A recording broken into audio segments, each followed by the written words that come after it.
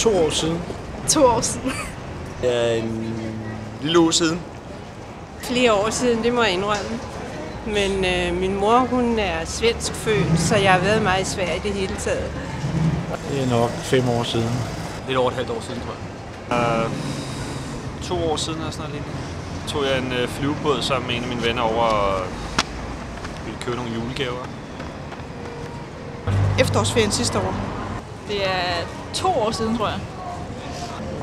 Det må næsten være 11-12 måneder siden, ja, et år siden. Det er cirka et lille år siden. Det er 10 år siden. Det var i sommers. Sidst var jeg der i sommer. I hvert fald 10 år siden. Sidste år, hvor jeg skulle flyve, så vi kom igennem Malmø by, og så videre ud til jeres lufthavn.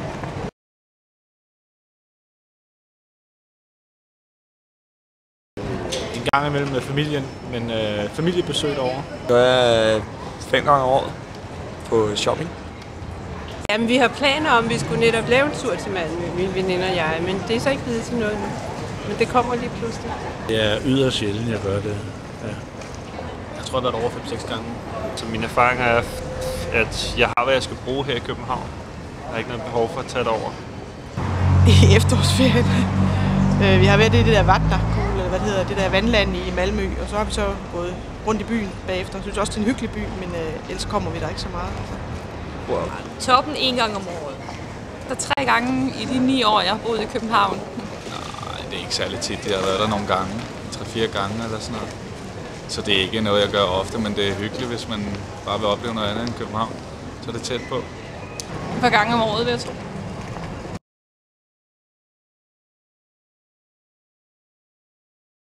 Jeg kigger på butikker og sidder på café. Hygger. Jeg har været i Malmø også og set på butikker. Det har bare været at kigge på forretninger og sådan noget. Så har jeg været på, den ene gang var jeg på, Malmøhus. Det var bare sådan en lille shoppingtur med min kæreste. Jamen, går rundt, shopper og spiser. Det er meget hyggeligt. Kigger. Ligesom jeg gør her på Strøget. På butikker og så videre, ja.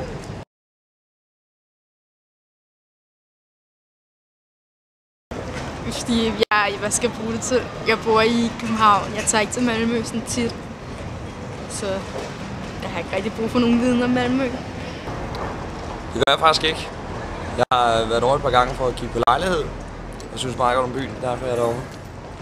Nu har jeg ikke søgt noget information sådan rigtigt.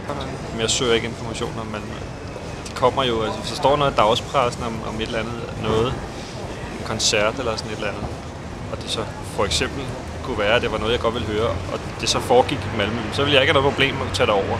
Men ellers er det jo, det er kun hvad der sådan er. Jeg opsøger det ikke. Jeg har ikke søgt nogen informationer som sådan. Nej, jeg har bare taget det over. Nogle gange har det været nede ved færgen. Der har der været sådan nogle brochurer. Og ellers i Malmø by, så er der kort eller et eller andet.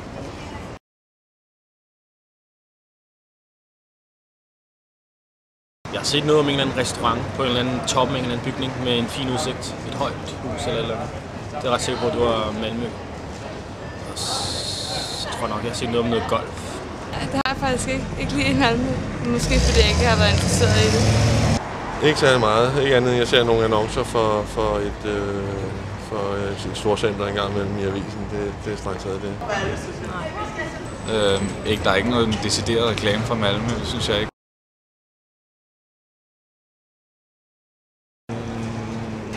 Nej, ikke ud over det der akvakyl. Jeg kan ikke navnene på dem, desværre. Jeg ved, hvor de ligger. Nok mest caféer. Store Torv og Lille Torv. Vi har da en plan om, at vi skal rundt og kigge for den gamle, altså alle de gamle bygninger i Malmø, ikke? Jeg har taget med flyvebådene. Vi har taget med flyvebådene derovre og gået tur op igennem byen og torvet og fået noget kaffe og handlet lidt derovre, men ellers ikke noget. Altså de gange vi har været, der har vi været på McDonald's. Jeg har haft børn med, og de vil helst på McDonald's. Ellers kender jeg ikke nogen. Jeg ved, der er et kunstmuseum derovre. Kan I lige huske, hvad det hedder? Ellers kender jeg ikke noget. Så jeg kender ikke decideret, men der er museum, der er det gamle universitet, og der er vist også en vandpark eller vandland eller sådan noget, tror jeg. Ikke så mange.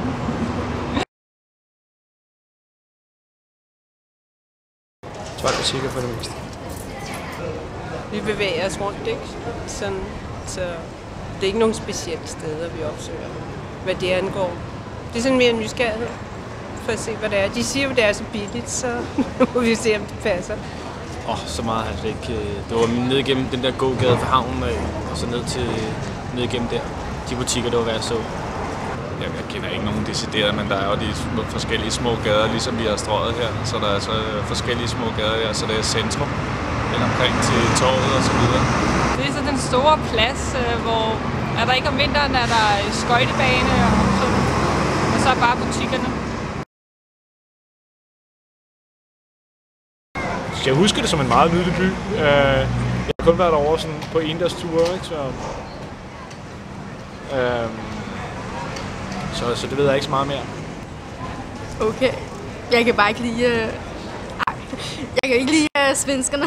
Jeg synes, det er meget sjovt. Meget hyggeligt. En hyggelig by. Så er det nemt at sætte over og komme lidt væk fra København. Ikke? Hvorfor er det hyggeligt? Afslappet. Lidt mere afslappet end her i København, ikke? Så lidt anderledes. Jamen, jeg kan godt lide Malmø. Hvorfor? Det kan være svært. Jeg synes, det er en hyggelig by. Det er en flot by. En stor lille by på en eller anden måde. Altså, den er stor jo. Men alligevel ikke på samme måde som København. Så jeg synes, det er en lækker by. Men jeg ved måske ikke lige, hvor alle butikker og sådan noget er henne. Det mangler jeg måske lige at finde ud af. Sådan en kedelig by. Hvorfor? Da jeg var derovre, jamen jeg synes bare ikke, der var ikke noget... Nu var jeg derovre sådan en hverdags formiddag godt nok. Og de andre gange, jeg har været derovre sådan på bifart, der jeg synes bare generelt, synes jeg bare, at svenskerne er sådan lidt kedelige. Jeg synes, Malmø er en hyggelig by. En hyggelig by.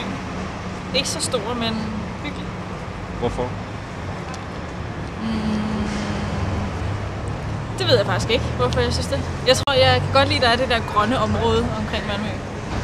En hyggelig by. Jeg synes, det er en meget, meget hyggelig by.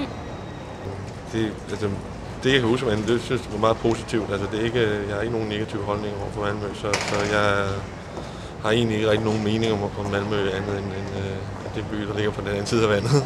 Der er sådan mere gamle bygninger, og sådan, at det egentlig var hyggeligere. Jamen, de er jo venlige derovre, og det er nogle gode priser, de har, og der er ikke lige så travlt, synes jeg ikke. Jeg synes, det går lidt langsommere, men og der er det så også, at Malmø er lidt mindre, så det bliver også hurtigt. Altså en 6 timer, det synes jeg også er nok ad gang. Jeg har ikke gjort mig nogen tanker om det. Altså, det har jeg ikke. Lidt kedeligt, men meget hyggeligt.